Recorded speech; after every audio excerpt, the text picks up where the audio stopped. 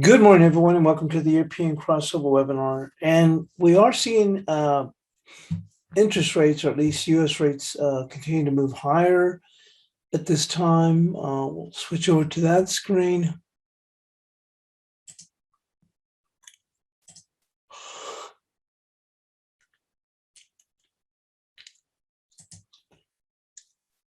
And that's actually put pressure on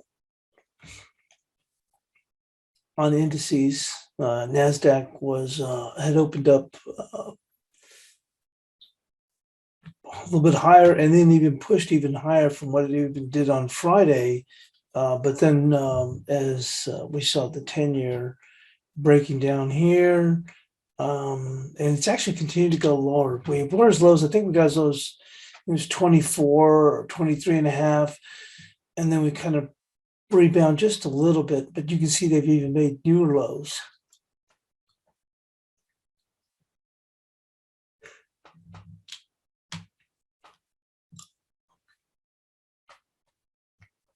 And take a look at your dollar. It's a little bit under pressure, not too bad. It's actually rebounded from where it was as low as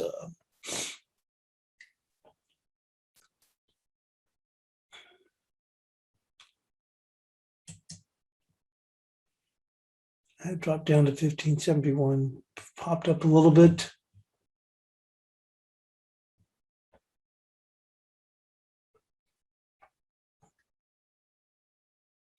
We don't have any data until the U.S. session. We do have Canadian housing starts at 8:15 and in U.S. industrial production at 9:15 with capacity utilization. And then NEHB housing market index, that'll be at 10 a.m. Eastern.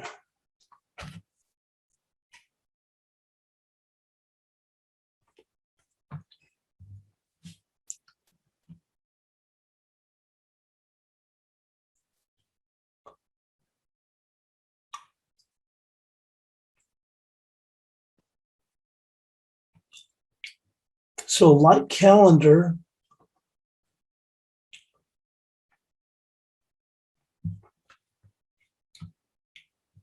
and take a look at some other markets. Man, look at crude oil, still holding pretty steady up at these levels. At above $82. Gold continues to slide here. We had talked about that. Remember on that rebound,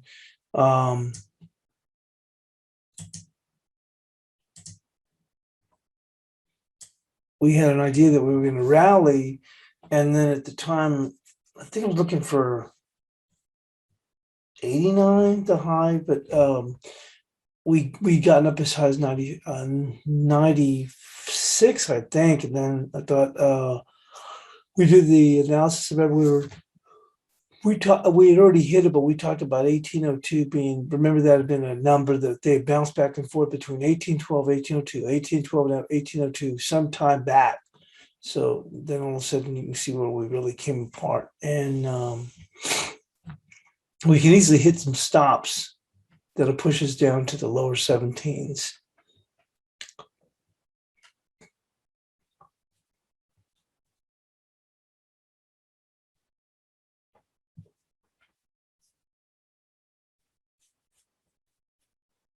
So we're going to get started. No economic data, so we might as well go and get started with jump right into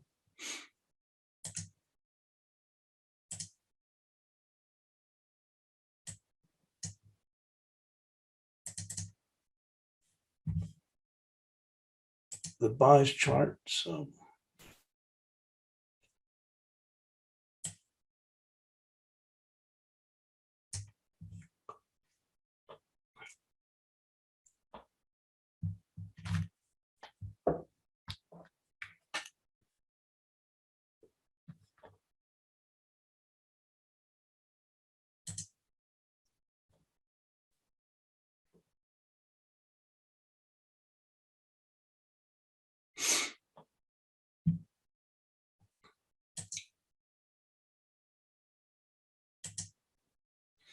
So the euro closed the prior week holding at the 116 handle. You can see right there, although we're taking a dip this morning, but trying to rebound right back up towards that area.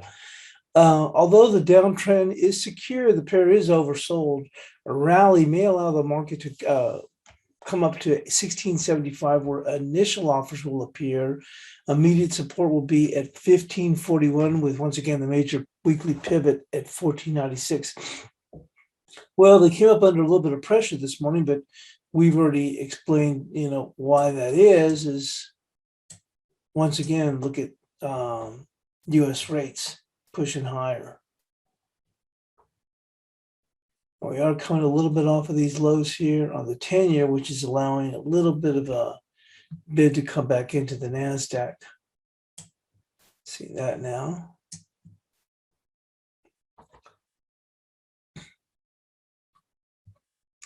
But looking at the euro, once again, if we were able to get that pop, it's going to resistance. If we were to get that rally up here, to be up here at 1675, obviously under some pressure. That'll be the key level to look at. But when you look at this chart, you're thinking, well, it's even struggling even to hold where it's at right now. So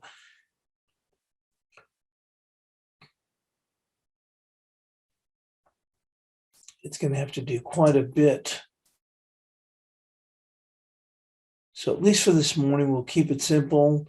And it's just going to be 1640. 1675 is if they, we had a pretty solid bounce here, and then we kind of held our own. But like I said, with US rates still pushing lower, that's going to keep it under pressure. So we'll keep it simple. Like I said, we'll just go with the high wick, which is 1640, which we have already here. And we had 1571 for support on Friday. And lo and behold, that was the low today. So we already had that in place. I guess we'll just keep this steady for now. And we'll move on to cable.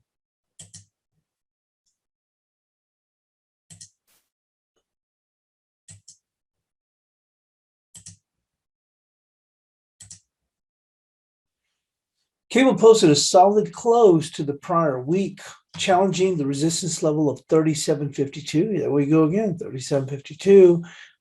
To start the week, resistance will remain the same, followed by 38.38. Support will be 36.64. So you can see this 37.52 we've had marked out before. They've pushed a few stocks above that, but once again, that's a key level, and they were not able to close above that, although they had a real nice rally to close out the week, even closing above the prior day's highs. You can see here on Thursday, see, I thought they would have added even more. But you can see the market's a bit stymied here. Once again, culprit's got to be the US rates.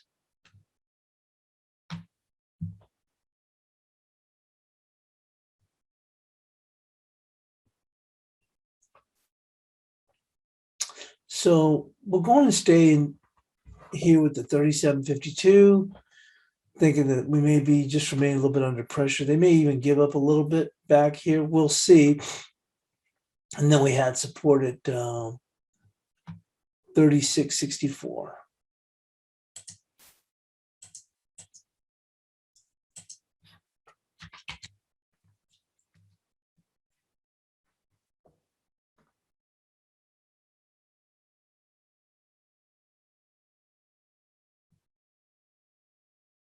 Moving on to the Aussie dollar.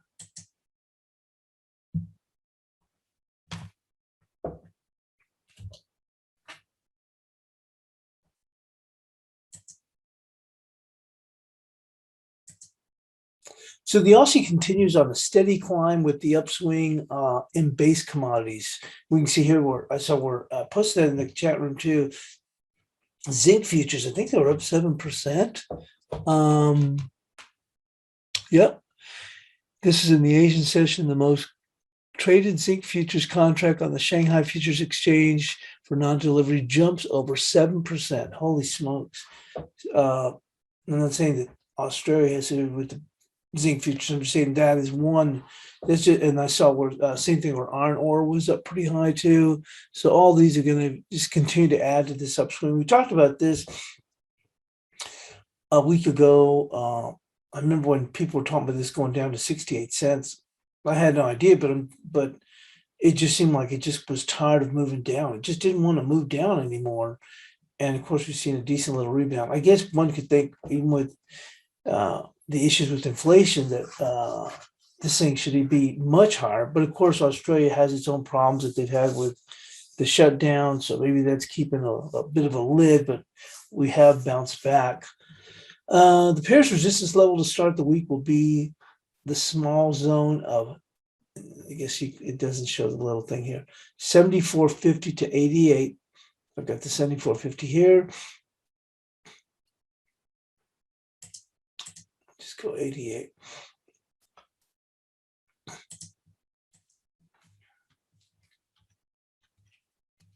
Go. Support comes in at 73.50.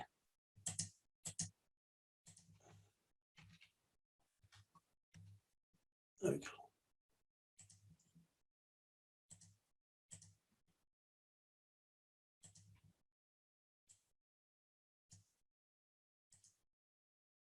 Onto the dollar yen. So the dollar yen has challenged the monthly wicks that we had talked about previously, the 1439/51. It doesn't show the little marker there, but 1439.51. The pair is above the monthly key level of 1365, which will be support on pullbacks. Resistance is going to be the aforementioned wick area with attention to be paid to U.S. rates. We just talked about that. So there's from Friday.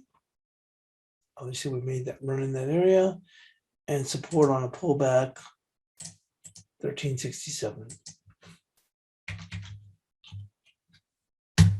You can look at, oh, well, wait a minute. If you looked on a shorter time basis, it would be this or that. But once again, that's not going to make any difference. If you pull back and we hit some stops, and that's what we're looking for bids to come in.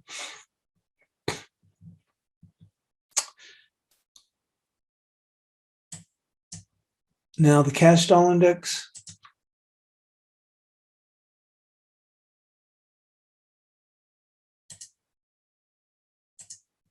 And there's a weekly.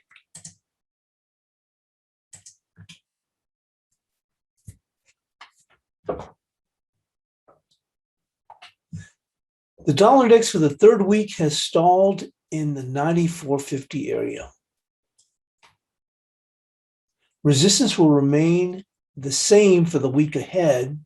A weekly close above that will open a challenge to 95.73. Support is going to be 93.45.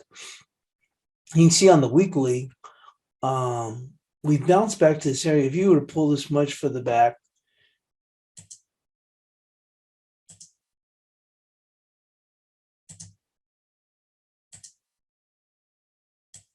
you can see that we'll return back to the broken trend line.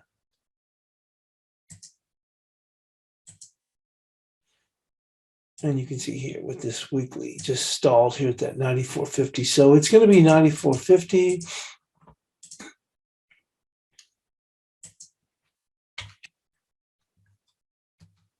$93.45.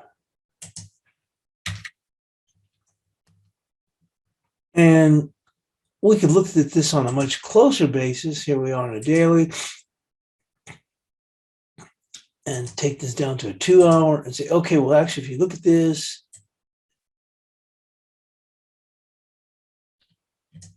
right now, resistance would be right there, 94.24. But right now, we can just bounce back and forth around, and nothing's really going to make any difference until you get to 94.50.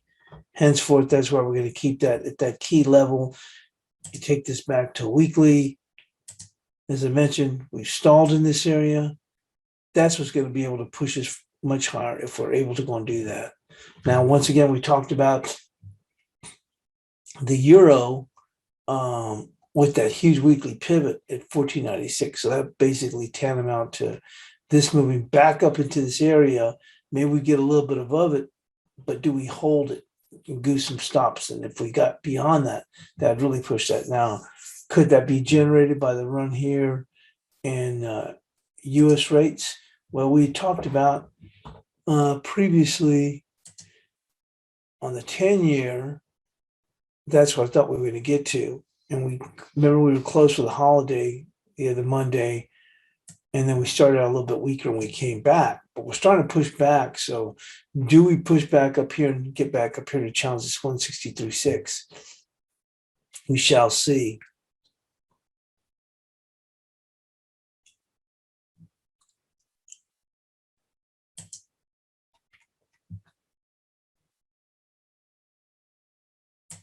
But once again, 93.45, 94.50. Now moving into Bitcoin. Man, this thing's been something else.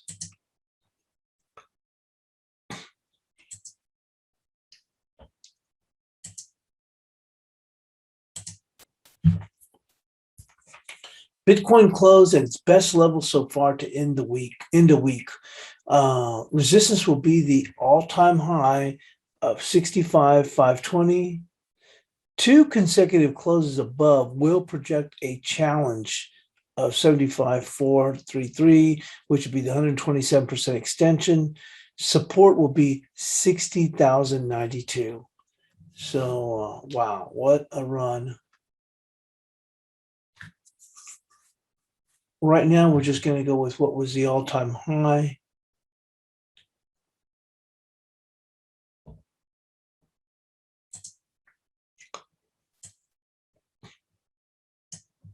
Which is 65,520.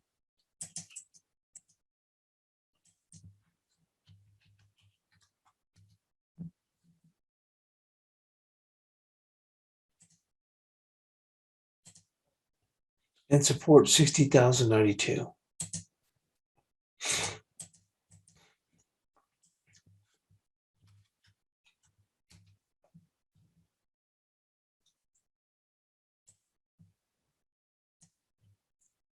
Moving into the S&Ps.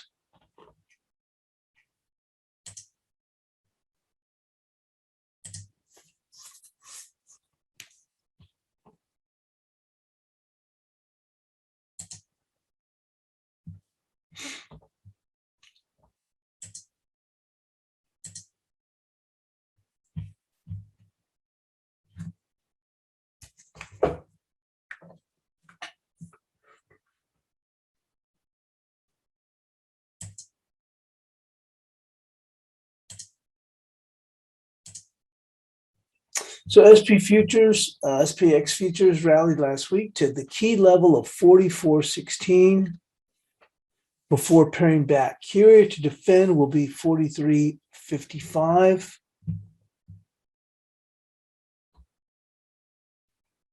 And immediate support will be 43.71. And I think that didn't, let me see here.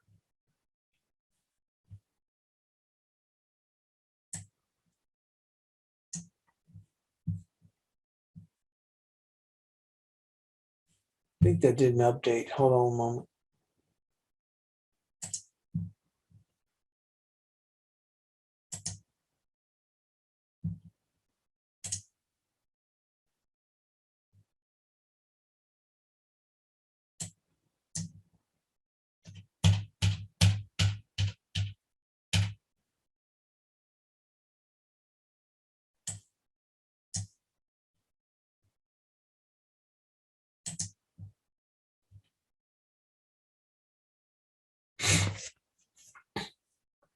Okay, yeah, it did not update so correctly. So let me just go in and copy out that analysis.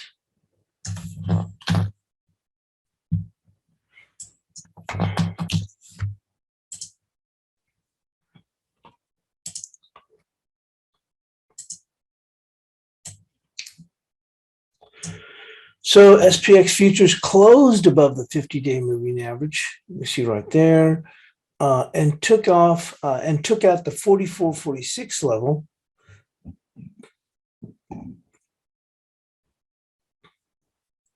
Right in here. Resistance ahead is going to be 44.84, which was already, it would already be a push. Like I said, we're under a little bit of pressure because of rates.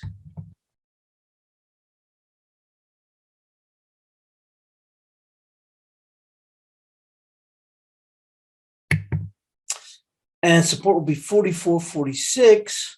We've already taken a dip down here. We've gone as low as actually 441. Support will be 446 followed by 44.25. Now, as I mentioned, we're under a little bit of pressure now because of U.S. rates. We did go on to get this close above the 50-day moving average.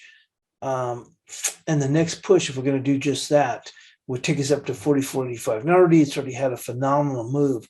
So on a very, very short-term basis, we would just go with that wick right there, which would be 44.72, considering that they're under pressure because of U.S. rates.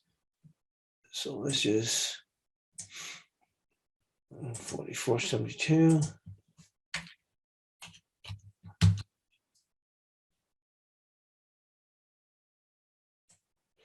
And support, as we mentioned, 44.46.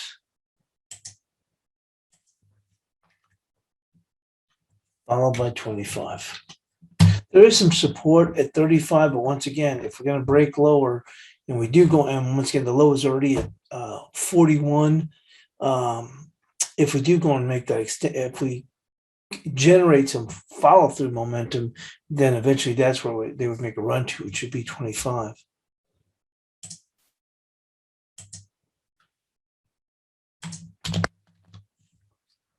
Take a look at the Nasdaq. You can see here we made quite the run last week. 15,189 is a 61%. We got up as high in the Asian session. I think it was like 156 or one. No, I think it was 153. You can see the actually, oh no, 163.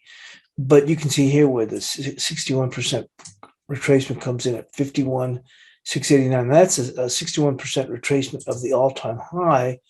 And you can see we didn't quite make it here to the 50-day. Now we know that the S&P did get above the 50-day.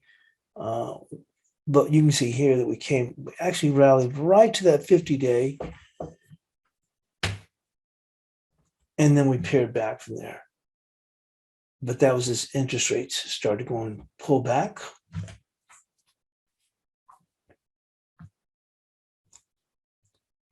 As far as support coming in,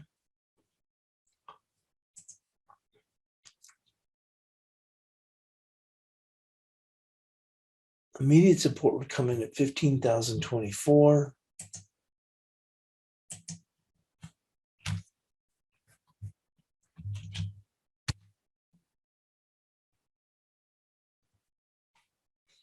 And resistance, we'll go with 15,189. I don't think it's going to make a run to that area, but that would be, there's that key level, 15,1. Actually, it's 15,168. With 15,189 is a 61%. We'll go with the 15,189, but if you look at it, they came very close to this level and the 50-day moving average.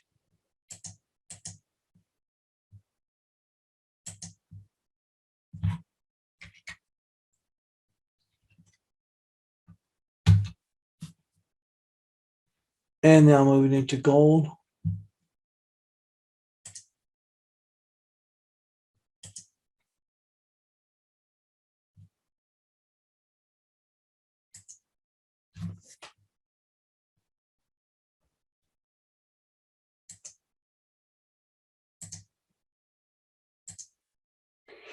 Gold quickly gave up its rebound gains from earlier this week. The week had a positive close, though, but it's susceptible. Stops below 1743 could trigger a move to 1707. Resistance will be 1778.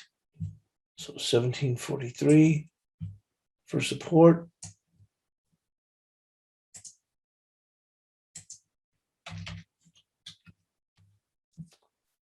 And 1778 on the upside. And lastly, with crude oil.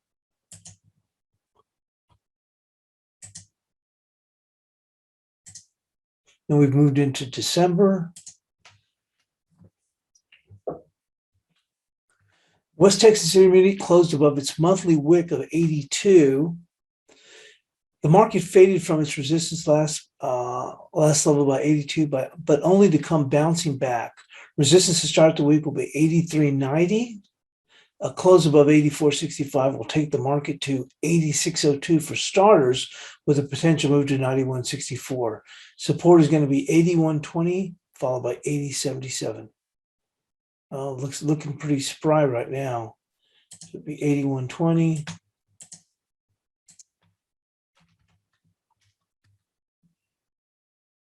And resistance.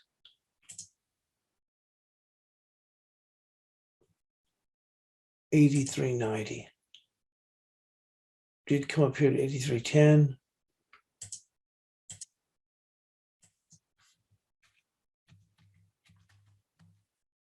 And there's the bias chart for today. Go and get that posted, and we'll see you in the chat room today. And thanks for joining us here on the European Crossover webinar.